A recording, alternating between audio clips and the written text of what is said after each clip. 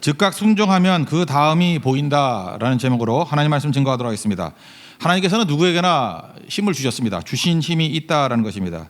그러니까 인생의 판가름은 하나님께 받은 그 힘을 어떻게 사용하느냐에 따라서 달라진다는 것입니다. 최악으로 사용하는 것은 다른 사람을 실족하게 하는 것이다. 오늘 성경이 이렇게 얘기하죠. 최선으로 사용하는 것은 다른 사람에게 생명을 주는 것이다. 살리는 것이다. 이렇게 얘기를 합니다. 실족이라는 단어가 헬라어 단어가 스캔들론, 여기서 영어의 스캔들이 나왔어요. 원래 뜻은 뭐냐 하면은 함정이다, 덫을 만들다, 망하게 만들다, 그런 뜻입니다. 그러니까 하나님께서 주신 기회와 힘을 가지고 남을 망하게 만들고 덫에 걸리게 만들고 그게 최악이 되는 어떤 실족해 하는 인생이 된다, 이렇게 얘기를 합니다. 이런 사람은 어떻게 하라고 그랬어요? 연자맷돌, 그 소가 돌리는 엄청나게 큰 거거든요. 그거 메고 바다에 빠져 죽는 게 낫다, 이렇게 얘기합니다. 떠오르지 말라는 거죠. 다시는 떠오르지 마라. 없어졌으면 좋겠다. 뭐 어떻게 보면 예수님이 유머인데 우리는 너무 살벌하게 느끼는 것 같아요. 그죠? 1절과 2절 한번 읽겠습니다. 시작.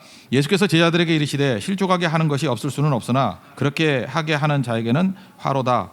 그러나 그가 이 작은 자 중에 하나를 실족하게 할진대 차라리 연자맷돌이 그 목에 매어 바다에 던져지는 것이 나으니라. 그럼 우리 이렇게 얘기하죠. 그럼 의도적으로 누구를 실족해 하는 사람이 있느냐? 의도적으로 일부러 그런 사람이 뭐 얼마나 되겠습니까? 그거 아니라는 거예요. 내 태도에 따라서 실족해 하는 것이 자동적으로 될 수 있다는 것입니다. 그러니까 자기 이익 때문에 사는 사람, 자기 유익을 도모하는 사람, 내 편한 것을 따라 사는 사람은 자기도 모르게 자동적으로 남을 실족하는 인생이 된다는 것입니다. 그러니까 무서운 얘기죠. 나도 나를 위해서 살면 남을 다 실족하게 한다니까요. 그래서 우리 사람들 만날 때마다 우리 실족하잖아요. 근데 그 사람은 몰라요. 내가 누굴 실족해 했어. 그냥 자기가 자기를 위해서 살면은 남도 실족하게 되는 일들이 되게 많다는 것입니다. 누가복음 9장 23절에서 예수님이 이렇게 말씀하시죠. 나를 따라오려거든 자기 부인하고 자기 십자가 지고 나를 도출 것이라고. 그러니까 첫 번째가 자기 부인이잖아요. 자기 부인이 뭐예요? 나를 위해 사는 것이 되지 말아야 된다라는 얘기죠. 나 자신을 위해서만 살게 되면은 그 실족하는 인생이 될 수밖에 없다라는 것입니다. 어떤 성숙한 사람들 가운데 보면은 자기 중심이 있고 자기 부인의 인생이 있는데 어떤 사람은 참 기특해요. 항상 의사결정을 내릴 때 보면은 다른 사람을 위해서 의사결정을 내는 거예요. 전도도 많이 합니다. 그래서 교회에 전도하는 사람이 한 두세 명쯤 돼요. 자기가 성교도 못 갈 상황인데 어떤 때는 이게 억지로라도 성교를 가려고 그러더라고요. 이유는 뭐냐? 내가 안 가면 이 전도하는 사람이 어려워지고 또 외로워지고 힘들어지지 않겠느냐. 그렇게 남을 배려하는 생각이에요. 예배도 마찬가지고. 내가 뭐 이번 예배 못 갈 수도 있는데 뭐 새벽 예배나 뭐 수요일 날 예배 그런 얘기입니다. 근데 꼭 가야 될 이유가 뭐냐면 내가 가야지만 누가 힘을 얻고 누가 흔들리지 않고 중심을 찾을 수 있어. 이렇게 항상 타인을 배려하는 생각을 가지고 뛰는 사람이 있어요. 이런 사람이 실족하는 게 아니죠. 자기를 부인하고 다른 사람을 살리고자 하는 내용이 있다는 것입니다. 여기 그 다음에 또 무슨 얘기가 나와요? 최고의 것이 용서죠. 용서는 무엇입니까? 어떤 사람이 길이 막혀 있는데 내가 용서해 줌으로 말미암아 새로운 기회를 주는 거죠. 그게 용서 아니에요? 용서하는 거 다 끝났다 그러는 거 아닙니까? 근데 우리가 세컨 찬스를 주는 거 아니에요? 용서해 준다는 거. 그래서 그 사람은 실족해 하지 않을 뿐만 아니라 계속해서 용서함으로 말미암아 다른 사람의 길을 열어주는 것. 힘을 가진 사람은 그렇게 살아야 된다라는 거예요. 근데 반대의 인생이 있죠. 힘 가진 것을 가지고 실족해 하는 거죠. 오늘 우리 성경 공부 내용이 민수기 22장인데 발람이 그런 케이스였죠. 하나님 말씀을 맡은 선지자였습니다. 대단한 거 아닙니까? 근데 그 사람은 하나님 말씀이 최종 권위가 있는 것이 아니라 자기 자신의 이익이고 자기 자신의 유익이에요. 그래서 말씀을 전하긴 전하는데 자기의 유익이 되면 완전히 전하고 혹시 자기에게 유익이 되지 않으면은 약간 기다리거나 변질되게 만드는, 그래서 악한 선지자의 대표적인 것이 발람이고 발람의 길을 걸어간다 그러지 않습니까? 지금 오늘 이 말씀은 바리새인들이라고 하는 얘기거든요. 발람, 바리새인 다 하나님 잘 섬기는 것 같이 보이지만 실족해하는 자들이었어요. 우리 지난주에 살폈죠. 바리새인은 어떤 사람들이었어요? 신명기 24장 1절에 아주 애매모호한 말씀이 있거든요. 이혼 증서 써주고 이혼해도 된다라고 하는 말씀 같이 보여요. 근데 이혼 증서 쓸 수 있는 조건이 뭐예요? 거기 보니까 두 가지 얘기가 나오는데 굉장히 애매하다고요. 수치되는 일을 하거나 또는 기뻐하지 아니하면, 이게 얼마나 자의적으로 해석할 수 있는 겁니까? 어떤 사람은 뭐 아내가 밥을 많이 먹는다, 이것도 수치스러울 수 있죠. 안 그런가요? 뭐 머리를 안 깎고 다닌다, 이게 수치스러울 수 있죠. 그러니까 유권 해석에 따라 틀린 거 아니에요. 그게 어떻게 수치스러운 일이냐? 그래서 돈 안 주면은 이혼 안 돼 이렇게 얘기하고, 돈 왕창 갖다 주면은 그냥 밥 먹는 게 쩝쩝거리면 먹는다, 그게 수치스럽다. 그리고 이혼 증서 써주는 거예요. 그러니까 유권 해석을 누가 하는 거예요? 바리새인이. 그러니까 하나님 말씀도 지키면서 유권 해석을 통해 가지고 돈벌이도 하는. 그러니까 발람 선지자가 똑같은 거죠. 이게 핵심이 뭐예요? 그 사람을 살리거나 하나님의 말씀의 본질이 무엇인가에 중심을 둔 게 아니라 항상 내 유익이에요. 내 유익. 어떤 사람이 이것도 자리를 주거나 뭐 권위를 주거나 뭐 이렇게 직분을 주거나 하면은 마지막에 보면 처음부터 자기 이익을 위해서 쓰는 거예요. 자기 이익을 위해서. 내 유익, 내 기쁨, 내 성깔에 맞아야 되고 그 발람이에요. 그 바리새인이라고. 근데 어떤 사람 하나님께서 능력을 주실 때 그걸 하나님의 뜻에 부합되게 사용하고요. 그 사람을 살리는데 부합되게 사용을 한다고요. 그러니까 실족이 아니죠. 그건 살리는 거, 생명을 주는 거. 그런 인생을 살라 이렇게 얘기를 한다는 것입니다. 그 힘이 있을 때 최악으로 쓰는 사람 실족해 하는 건데 뭐 이런 거 있죠. 뭐 교회를 떠날 때 혼자 곱게 떠나지 여러 사람 막 실족해 하고 떠나는 사람 있죠.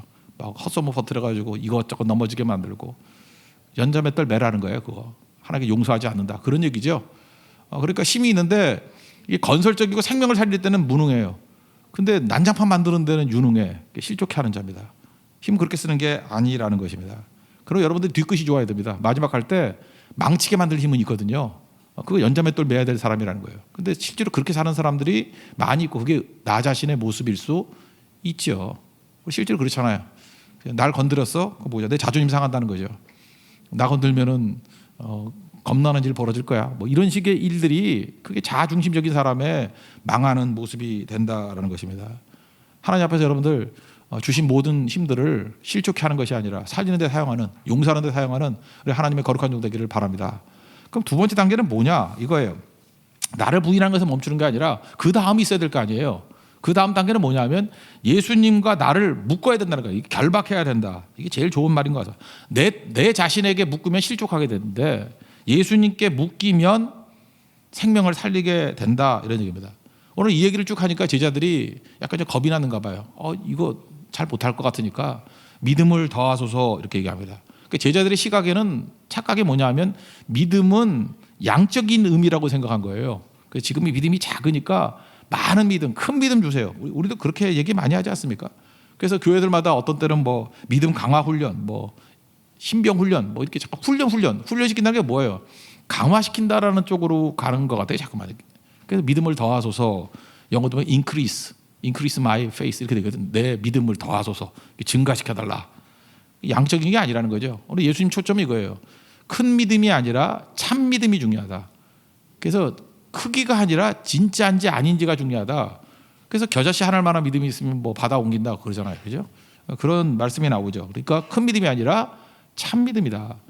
5절 6절 한번 읽어보겠습니다. 시작. 사도들이 주께 여짜오되 우리에게 믿음을 더하소서 하니 주께서 이르시되 너에게 겨자씨 하나를 만한 믿음이 있었더라면 이 뽕나무더러 뿌리가 뽑혀 바다에 심기어라 하였을 것이요 그것이 너에게 순종하였으리라. 그 궁금한 게 뭐냐면 참 믿음이 뭐냐는 거죠. 참 믿음이라는 것은 예수님께 묶이는 게 참 믿음이라는 거예요. 예수님이 중심이 돼서 예수님과 이렇게 결박되고 예수님의 뜻대로 내가 이렇게 묶여지는 거, 그게 참 믿음이라는 것입니다. 쭉 넘어가면요 20절 21절에 바리새인들이 이런 거 묻습니다. 하나님 나라가 어느 때에 임하십니까? 하나님 나라가 어느 때에 대해서 관심이 되게 많아요.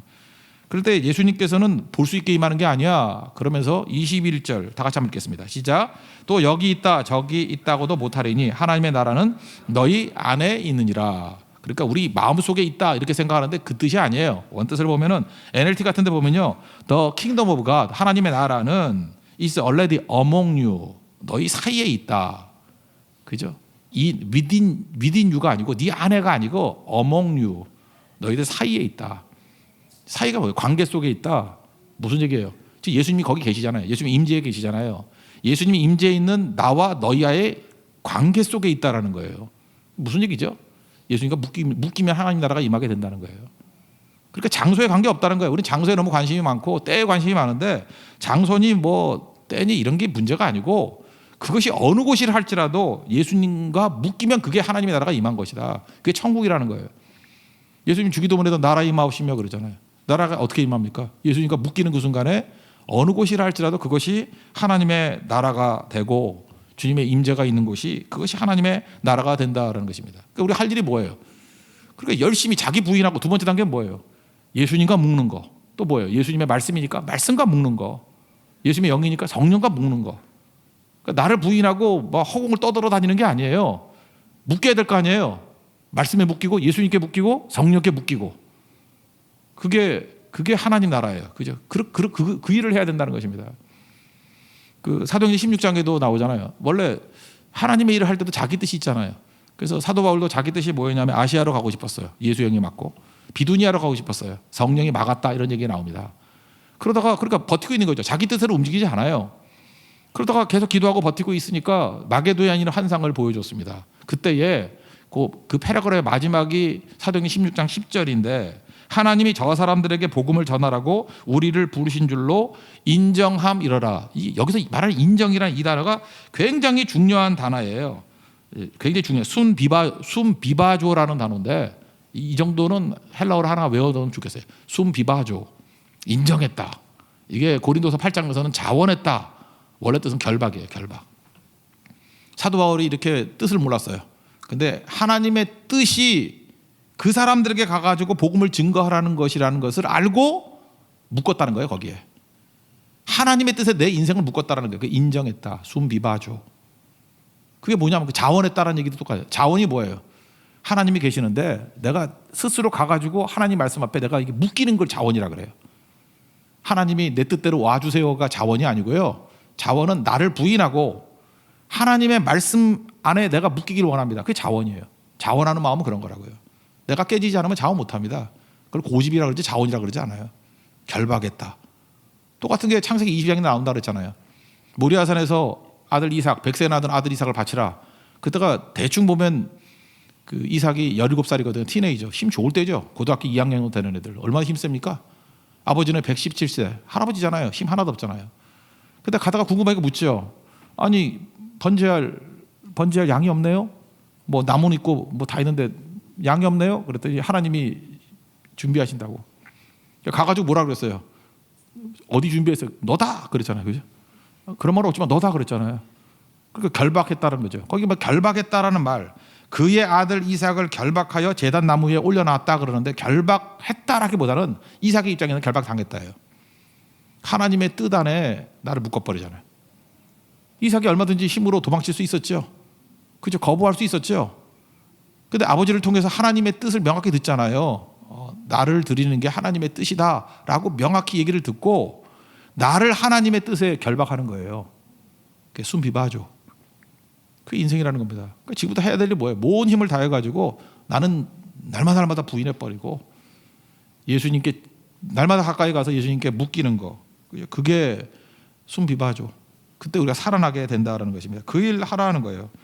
예수님이 언제 계세요? 우리 사이에 계신다고요. 예수님께 묶이면은 그게 하나님 나라가 임한 것이 된다. 이렇게 얘기를 합니다. 그래서 여기서 중요한 게 뭐예요? 오늘 예화 하나가 나오잖아요. 예화 중에 하나가 뭐죠? 네가 종인 걸 알라는 거죠. 종과 주인이 있으면 종이 할 일은 뭐죠? 죽어라 주인 뜻에 묶이는 거죠. 뭐 열심히 했다 그래서 나를 인정해 주지 않고 삐딱하게 나오고 삐치고 뭐 이러면 돼요?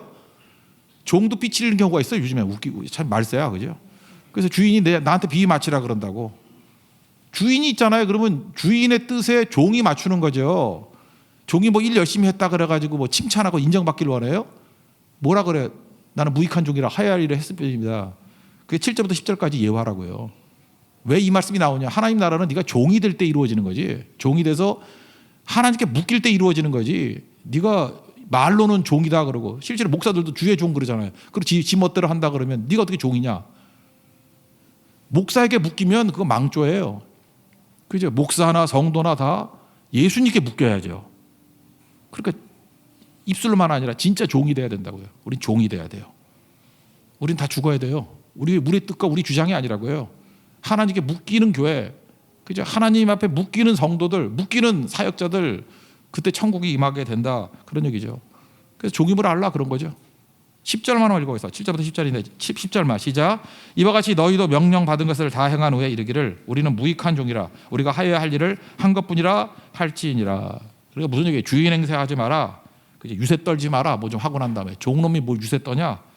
그럼 당연한 거잖아요. 당연한 거. 부모가 자식 키우는 거 자랑해요? 이제 부모면 당연히 당연한 거지. 뭐 그런 거 똑같은 거죠. 부모에게 자식들이 효도하는 게 뭐 그 유세 떨 일이에요. 당연한 거지. 아니면 뭐 불효자고 망할 놈이지. 개쓰레기지. 그죠?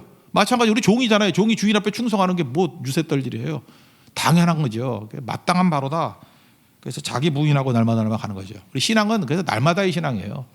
날마다 죽노라. 고린도전서 15장 31절에 하잖아요. 날마다 죽느라. 우리 날마다 죽는 거예요. 그래서 이거 뭐 여러 개 필요한 거 아니에요. 날마다 주님께서 우리에게 일용할 양식 주시잖아요. 날마다 먹을 양식 주시고요. 우리는 능력도 하루만 있으면 돼요. 일용할 능력만 있으면 돼. 오늘 충성할 힘만 있으면 되고 오늘 충성 다 해버리라고. 내일 또 주셔요. 또 힘. 근데 우리는 축적하기를 원하죠. 왜 축적하기를 원하죠? 내가 주인이니까. 주인이니까 창고에 쌓아놔야 된다고. 종은 그러지 않아요. 종이 내게 없는데 뭘 쌓아놔? 주인이 명하면 하는 거고 주시면 그 능력 갖고 하는 거고. 종은 주인이 먹여줘요. 우리 주인은 좋은 주인이거든요. 안 굶긴다고. 주인이자 우리 아버지 되시잖아요. 우리가 뭐 굶어 죽겠습니까? 그러니까 하나님 앞에서 우리 해야 될 일이 뭐냐면 끊임없이 나를 죽이고 예수님께 묻기는 숨비바죠. 인정하는, 주님의 뜻에 인정하는 그런 거룩한 길로 가야 된다는 것입니다. 그 세 번째 길은 뭐냐 하면 문제는 이거예요. 그래 하나님의 뜻도 알았어요. 근데 이게 미적거리는 거예요. 틈을 주는 거예요. 그래서 중요한 건 뭐냐면 즉각적인 순종이 있어야만 온전한 하나님의 나라가 이루어지게 되고 마귀로 하여금 무력하게 될 수 있다는 것입니다. 예수 믿으면 구원받는다. 구원이 선포됐죠. 이거 양면적인 의미가 있어요. 예수 믿으면 구원받는다. 그 뒤집으면 뭐예요? 안 믿으면 버림받는다. 그 얘기 아니에요? 오늘 여러분들 말씀을 듣죠. 이렇게 말씀을 듣는 거 난 듣기만 하고 중립적으로 머물러 있을 거야. 그럴 수 없어요. 듣는 순간 심판이에요. 이건 구원 아니면 심판이라고. 둘 중에 하나라는 것입니다. 말씀 듣는 순간에 그 말씀과 나를 묶든지 아니면은 묶이지 않아서 멸망하든지 둘 중에 하나라는 거예요. 아까 얘기했던 발람 얘기, 민수기 22장 얘기를 한번 보세요. 하나님이 명확하게 말씀해 주셨어요. 뭐라 그랬냐? 그들과 함께 가지도 말고 저주하지도 말아라. 하나님께서 완벽하게 명확한 말씀을 주셨다고요. 그러면 발람이 이렇게 하면 되죠. 듣고 순종하면 돼요. 그래서 발락의 신하들 장로들 오면 안 가. 하나님이 하지 말라 그랬어. 돌아가. 끝이야. 그러면 끝나는 거죠. 근데 미적미적 하는 거예요. 이유가 뭐냐? 발락이 엄청나게 돈 준다 그랬거든. 거기 보니까 유숙하라. 하룻밤 있어라. 내가 하나님의 뜻을 더 물어보겠다. 기도하겠다. 우리 가운데도 그런 거 있죠. 예수 믿는 사람들의 외식 가운데 하나가 뭐냐면 거절인데 그냥 안 돼요라고 말하지 않고 기도해 보고요. 맨날 이따위 소리해. 어저께 토요일인데 오늘 주일이잖아요. 어저께 어떤 멋진 남자가 와가지고 멋진 제안을 하면서 멋진 데 가서 밥을 먹고 멋진 선물을 해준대요. 약간 마음이 끌리죠. 그래서 어떻게 할래? 그랬더니 크리스찬이니까 그래도 크리스찬이라고 기도해 보고요. 이게 발람 같은 여자예요. 아시겠어요? 그때는 사탄아 물러가라. 그럼 너무 광신도 같으면 이런 거죠. 사탄아 물러가야 해당되는 게 뭐예요? 나는 내일 예배 가야 되는 사람이야. 예배 가야 돼. 그게 사탄아 물러가라죠. 명확하게 표현해야 되는 거 아니에요. 근데 발람은 뭐라 그랬어요? 기도해 보고요. 유숙해봐라. 하나님의 뜻을 알아볼게. 이렇게 틈타는 거죠.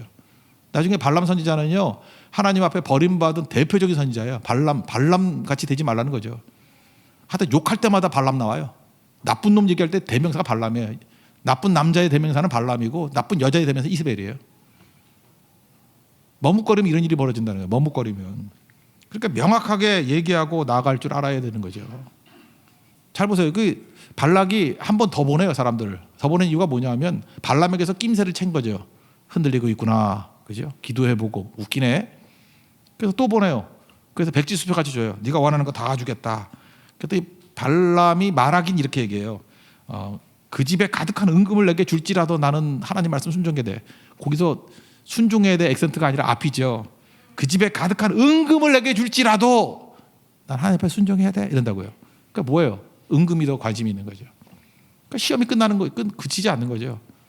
이 발락 왕이 또 회유하고 했던 이유가 뭐예요? 발람이 결정 못 내리고 흔들흔들하고 맨날 기도해 보고요. 미적거리니까 시험이죠. 유혹이죠.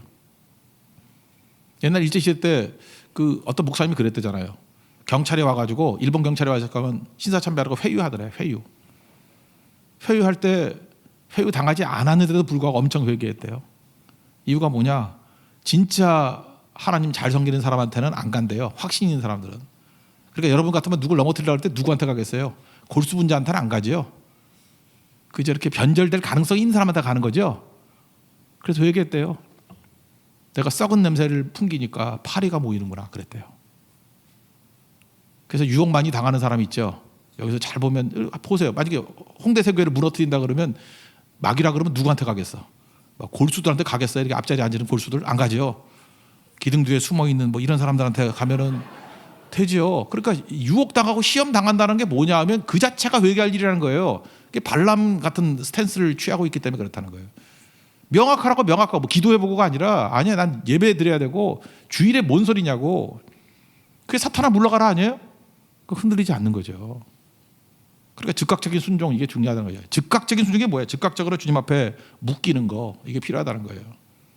미룬다고 되는 거 아니에요. 우리 그러잖아요. 뭐 말씀만 듣고 뭐 귀만 커졌다. 뭐 장로님도 대표기도 합니다 그러잖아요. 우리는 뭐 듣기만 하고 순종을 못해서 귀만 커졌습니다. 그런 거 없어요. 귀만 커질 리가 없어요. 망하는 거예요. 망하는 거. 듣고 순종하지 않으면 반람되는 거예요. 거기서 중립으로 서 있을 수 없다고. 그 자체가 양면성이라니까요. 들으면 묶이든지 아니면 버림받든지 둘 중에 하나예요. 오늘 지금 말씀 들었죠? 이거 굉장한 결단의 시간인 거예요. 말씀대로 순종하든지 아니면 버림받든지. 거기 뒤에 보면은 세 가지 때를 설명하고 있어요. 인자의 때를 설명할 때 두 가지 비유를 들어요. 노아의 때, 또 하나는 롯의 때. 롯의 때가 소돔과 고모라죠. 예를 드는 거예요. 노아의 홍수 때를 한번 보라는 거예요. 노아의 홍수. 120년 동안 방주를 지었습니다. 그 방주 지으면서 노아가 얘기했을 거 아니에요. 이제 홍수가 난다고, 이 방주 타야 된다고. 굉장히 오랜 기간 동안에 얘기를 했다고요. 그래서 사람들이 시집가고 장가가고 일상생활을 했다는 거 아니에요? 그런데 방주 타야 돼 구원이 있어라고 하는 얘기는 즉각적인 순종을 하면 사는 거죠. 8명밖에 못 살았어요. 가족밖에. 나머지 그거 무시하고 듣긴 들었지만 무시해버리면 다 죽었잖아요. 멸망이죠. 그러니까 방주는 구원의 방주이자 멸망의 방주예요. 순종하면 구원받는 거고 8명밖에 구원 못 받았어요. 알긴 아는데 미적거리고 있으면 다 죽는 거예요. 롯의 때도 마찬가지죠. 소돔과 고모라가 불과 유황으로 망한다 알려줬다고요. 주님이. 그때 그 얘기를 듣고 빠져나온 사람 넷밖에 없었죠. 롯 부부하고 딸 둘. 물론 나중에 뭐 롯의 처는 쳐다봐주고 소금기도 됐지만 그건 뭐예요? 하나님 말씀을 들었던 그 순간에 즉각적인 순종을 하면 구원이지만 무시해버리면 그 유황불 속에 들어가 버리는 거예요. 그러니까 미적될 수 있는 게 아니라는 거죠. 하나님 앞에. 그래서 하나님 나라는 언제 이루어지느냐? 내가 말씀을 듣고 즉각적인 순종이 있을 때 이루어진다는 거예요. 여기 또 하나 나오는 예화가 있죠. 10명의 나병 환자 이야기. 예수님께 와가지고 이 사람들은 예수님에 대한 지식이 풍성하지 않았던 것 같아요. 그래서 13절 같은 데 보니까 11절부터 19절까지 스토리예요. 13절에 보니까 예수 선생님이요 이랬다고. 이거 예수님에 대해서 조금 이렇게 말하는 사람 없잖아요. 그죠? 조금 이렇게 좀 어색해 보이지 않아요? 그죠? 뭐 저한테 와가지고 그 주지 목사님 이러면은 좀 그 이상하잖아요. 그죠? 기독교는 그렇게 얘기 안 하잖아요. 그죠? 담임 목사님 그러지 뭐 주지 목사님 이러지 않고 그러잖아요. 그럴 때 그래도 뜻은 이해가 되죠. 무슨 얘기인지 이해가 되잖아요. 그런 식으로 어색한 거예요. 예수 선생님이요. 그리고 차원이 낮은 그냥 갈급한 거예요. 불쌍하게 여겨주세요. 신약 성경에 불쌍하게 여겨달라 스프랑크로 니조마이라는 단어가 16번 나오는데 100% 다 기적이에요. 고쳐주셨죠. 근데 중요한 게 뭐냐면 예수님 말씀은 간단한 거예요. 이게 말씀을 듣는 순간 이게 구원이자 심판이라니까. 예수님은 오라 가라밖에 얘기를 안 해요. 간단하게. 가라 그랬어요. 제사장한테 가라. 설명도 안 해요. 뭐 우리 같은 뭐 안수기도도 해주고 뭐 안차를 해주든지 뭐 껴안아주든지 아니면 뭐 침이라도 뱉어가지고 뭐 그때 혀에 했나 뭐 더럽게라도 고쳐주든지 뭐 이래야 되는데 이것도 없어요. 가래. 그랬더니 어떤 일이 벌어져요? 순종했어요. 즉각적인 순종했어요. 머뭇거리지 않고. 왜 그러냐 그러고 왜 우리 그렇게 박대하냐 그러고 우리 뭐 눈에 뵈는 게 없는지 없어서 이렇게 대우하냐 이런 말도 없어요.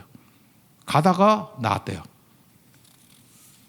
13, 14절 읽겠습니다. 시작. 소리를 높여 이르되 예수 선생님이여 우리를 불쌍히 여기소서 하거늘 보시고 이르시되 가서 제사장들에게 너희 몸을 보이라 하셨더니 그들이 가다가 깨끗함을 받은지라.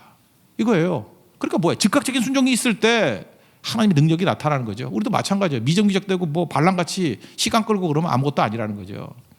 근데 그 다음 얘기예요. 그 다음 얘기. 10명 중에 한 명의 나병 환자, 사마리아 사람 나병 환자만 돌아왔다는 얘기가 아니에요. 돌아와서 예수님과 묶이는 일을 했다는 거 아니에요? 그 병만 낫고 9명은 안 묶이고 지멋대로 가버렸다는 거예요. 나 병 났다. 이제 지 인생 살다가 망하는 인생이었겠죠. 진정한 구원은 뭐예요? 돌아오는 거. 돌아오는 게 뭐예요? 자원이죠. 자원. 자기가 스스로 자원해서 예수님이 너희들 병 나면 나에게 다시 돌아와 이런 말씀 안 하시잖아요. 그 자원이죠. 스스로 와가지고 예수님께 묶이는 거예요. 엎드렸다, 경배했다는 거죠. 스스로 와서 예수님께 예배자는 예배가 뭐예요? 예수님과 묶이는 시간이에요. 지금 우리 예배 드리잖아요. 예수님과 묶이는 거라고. 묶였잖아요. 그래서 예수님이 뭐라 그래요? 구원이 너에게 임했다고. 내 믿음이 너를 구원했다고. 그러니까 결국은 뭐예요? 우리 삶의 모든 것들이 마지막에 예수님께 묶이지 않으면 아무것도 안 된다라는 거예요. 그러니까 묶이는 방법이 뭐예요? 즉각적인 순종, 즉각적인 움직임, 그게 있어야 된다라는 것입니다. 여러분, 낮은 차원에 있는 사람은요, 높은 차원으로 가려고 그럴 때 이해를 못 가요. 차원이 낮으니까 이해가 되나? 초등학생이 미적분 이해할 수 없잖아요. 그러니까 낮은 차원은 걸어가다 보면, 이게 머리로는 이해가 안 돼. 근데 걸어가다 보면 순종하면은 이해를 못할 수는 있지만 나중에 이해가 되고 그 다음 차원을 누릴 수 있어요. 그게 무슨 얘기냐? 이런 거죠. 낮은 차원이라 그러면 나밖에 몰라. 그러면 0차원이라 점을 딱 찍어요. 점. 0차원이잖아요. 0차원. 그런데 점 같은 존재가, 나밖에 모르는 존재가, 여러분 수학에서 말하는 선의 정의가 뭐예요? 점들이 무한대로 모인 게 선이죠. 그러니까 그 다음 차원으로 갈 때는 항상 무한이라는 관문을 통과해야 돼. 근데 우리 인간이 무한의 관문을 통과하기가 힘들잖아요. 불가능하잖아요. 그러니까 무한까지는 아니지만 말씀 듣고 순종하면, 점이 순종해 나가면은 0차원에서 1차원이 된다고, 선이 된다고. 아브라함이 그랬어요. 자기밖에 없었어. 그래서 창세기 12장 1절에 아브라함에게 이르시되 너는 고향 친척 아버지 집을 떠나 내게 보여줄 땅으로 가라. 지시할 땅으로 가라 그랬어요. 그랬더니 알고 갔어요? 이해하고 갔어요? 그냥 순종했어요. 즉각적인 순종. 그랬더니 그의 인생이 0차원에서 선이 되는 거예요. 선이. 순종했을 때. 이해해서 간 거 아니에요. 0차원에서 순종하니까 1차원이 되는 거라고. 이게 하나님 말씀이죠. 명확한 들리는 말씀. 그 다음에 들리는 말씀에 자기 삶의 이제 나머지 부분들을 적용시키는 거죠. 하나님 말씀의 원리대로. 우리 뭘 어떻게 먹을지 어떻게 할지는 그 원리에 따라서 내가 순종하는 거 아니에요. 그렇게 순종하다 보니까 1차원에서 면이 되는 거야. 면. 2차원이 되는 거예요. 그래서 삶이 보장될 때 말씀대로 이 원리를 적용해서 살면은 면이 돼요. 2차원이. 그러다가 3차원이 되는 과정이 뭐냐면 오늘 처음 나는 실족이죠. 이웃에 대한 거예요. 내 힘을 가지고 실축시키지 아니하고 살리는 데 사용하는 거예요. 이웃이라는 X축, Y축, Z축이 생기게 되면은 입체적인 게 되는 거예요. 우리 지금 이 세상 할 때 3차원의 세계에 살고 있잖아요. 3차원의 세계는 뭐예요? 인간답게 사는 건 3차원인데 이웃이 있어야 돼요. 섬김이 있어야 된다고. 그 3차원의 인생을 사는 거예요. 그거 어떻게 깨닫죠? 나밖에 모르는 사람들이 다 알고 이해하고가 아니라 말씀에 순종해서 이웃을 섬기고 이웃을 사랑하고 베풀고, 그러면 3차원이 되는 거라고. 거기까지만 되면 뭐라 그래요? 굉장히 윤리적인 교회라 그래요. 근데 우리가 이 땅에서 인간이 3차원의 세계를 살기 때문에 이해 못하는 세계가 또 있죠. 영적 세계라 그러는데 그걸 4차원이라고 합시다. 4차원. 우리가 있긴 있지만 설명 못해요. 이해도 못하는 4차원이 있어요. 4차원은 뭐예요? 그게 천국이에요. 4차원이 뭐예요? 그게 성령이라고. 우리 예배 드릴 때 하나님의 임재가 있는 거, 이 설명이 돼요? 안 믿는 사람한테? 3차원의 사람한테 설명이 돼요? 영적인 일들은 영적으로만 이해한다 그러잖아요. 육적인 사람은 이해 못해요. 그러니까 우리도 설명도 애매하지만 느끼기만 하는 거예요. 어떻게 해야 되죠? 주님이 하라는 3차원의 존재에서 순종하고 나아갈 때 그 다음 차원을 이해하게 되는 거라고. 4차원 영적인 세계를 이해하게 되는 거라고요. 그렇게 나아가라는 거예요. 그러니까 우리가 4차원의 세계를 살아가는 게 바로 천국인데, 그게 어떤 거냐? 예수님께 묶이는 거예요. 묶이는 거. 날마다 하나 묶이는 거. 그래서 순종하고 나가라 할 때 예수님이 나서 살 때 그러잖아요. 믿으면 영광을 보리라. 믿음이 뭐예요? 믿음의 순종을 하면 본다는 거예요. 그 다음에 낮은 차원, 0차원은 순종할 때 1차원을 보고요. 1차원은 순종할 때 2차원을 보고, 2차원은 순종할 때 3차원을 보고, 3차원은 걸음을 걸을 때만, 즉각적인 순종을 할 때만 비로소 4차원을 누릴 수 있고 느끼게 된다라는 거예요. 그래서 우리는 we live by faith, 믿음으로 살지 not by sight, 보이는 걸 사는 게 아니라 보는 건 3차원이니까. 그 얘기입니다. 그래서 3차원에 있는 인간들은요, 맨날 하나님의 때를 3차원으로 이해해. 그래서 하나님의 나라가 어느 때입니까? 어디입니까? 때, 장소. 때와 장소는 묻지 마라. 그 무슨 얘기냐면 야, 니네 차원을 갖고 설명하는 게 아니야. 그건 그 다음 차원의 얘기야. 그래서 우린 그러잖아요. 한동안 그런 열풍이 불었을 때가 있어. 평신도일 때는 뭐 하나님의 나라에 가서 뭐 개털 모자 쓴다나 뭐 그래서 다 목사가 돼야 된다 그래서 신학교 가는 뭐 열풍이 부는 데가 있어요. 그럼 평신도 목사 이게 중요한 게 아니라니까요. 다 하나님 백성들이 이게 똑같은 조건에 있다 할지라도 똑같은 목사래도요. 똑같이 목사가 있는데 한 사람이 하나님과 예수님과 묶이면 천국 백성 되는 거고 지 욕심과 묶이면 버림받는다는 거예요. 그래서 마지막 예화를 들죠. 똑같은 사람 둘이 있었는데 잤어요.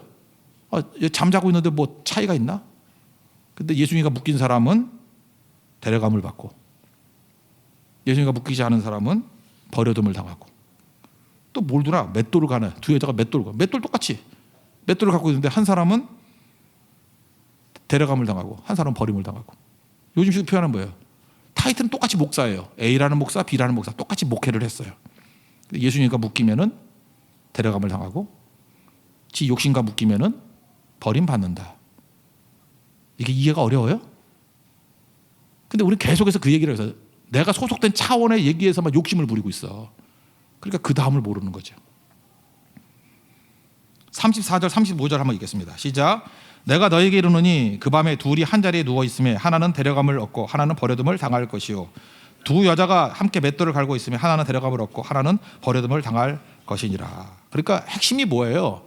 맨날 주님의 나라가 언제 옵니까? 어디서 옵니까? 내가 뭘 해야 됩니까? 뭘 해도 돼요. 뭘 해도 다 아무거나 해도 돼요. 뭐 주방에서 섬겨도 되고 주차 봉사를 해도 되고 뭘 해도 괜찮아요. 그 자리에서 예수님과 묶이면은 데려감을 당하고 지 욕심과 묶이면 망합니다. 믿습니까? 이건 순간적 결정이에요. 지금 뭘 하든 간에 높고 낮은 거에 문제가 아니라는 거예요. 뭘 하나 맡기더라도 예수님과 묶이는 인생을 살면 그게 천국이고요. The kingdom of God is already among you. 네 속에 지금 예수님과 묶이는 그곳에 하나님 나라가 지금 있다고요. 지금 그게 하나님의 뜻이라는 것입니다. 그러므로 하나님께서 주신 힘 가지고 일단은 실족치 않고 생명 살리는 쪽으로 나아가십시오. 그죠? 자기 부인해야지 가능한 거예요. 그리고 1차적으로 자기 부인하라. 2차 예수님과 묶이라. 3차도 아니죠. 즉각적인 순종해야 이게 확장이 되고 생명력이 충만해진다는 것입니다. 이게 믿는 겁니다. 우리 큰 믿음 이런 쓸데없는 접근하지 말고요. 믿음을 더하소서 이게 아니고 참 믿음 주십시오. 이게 믿음인 거예요. 주님께 묶이는 게 참 믿음이에요. 겨자씨 하나만한 믿음이 있으면 뭐 그럴 일도 없죠. 뽕나무 옮길 수 있다는 거예요. 바다로. 그 무슨 얘기예요? 못할 일 없다는 거죠. 그게 천국입니다. 그런 참된 믿음의 능력을 누릴 수 있는 하나님의 종 되기를 축원합니다. 자리에서 일어나겠습니다. 예수의 길 찬양하겠습니다.